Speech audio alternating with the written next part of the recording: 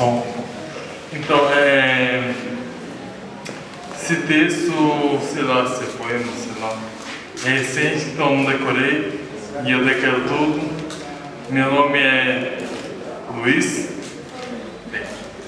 São dois poemas, dois textos, sei lá. Fim de casa.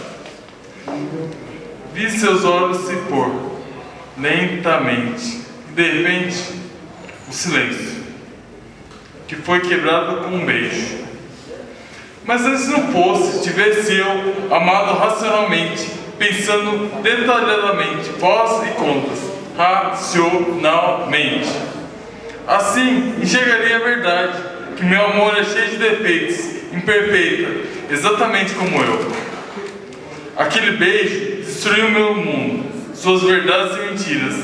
E seria eu monotonamente feliz sem aquele beijo? Sou triste e feliz. Triste por estar amando, feliz por estar amando. No amor nada é garantido. No amor tudo é possível.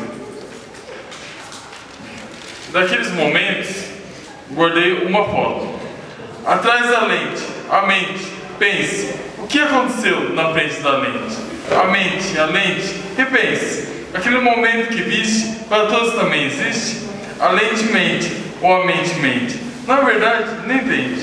Obrigado.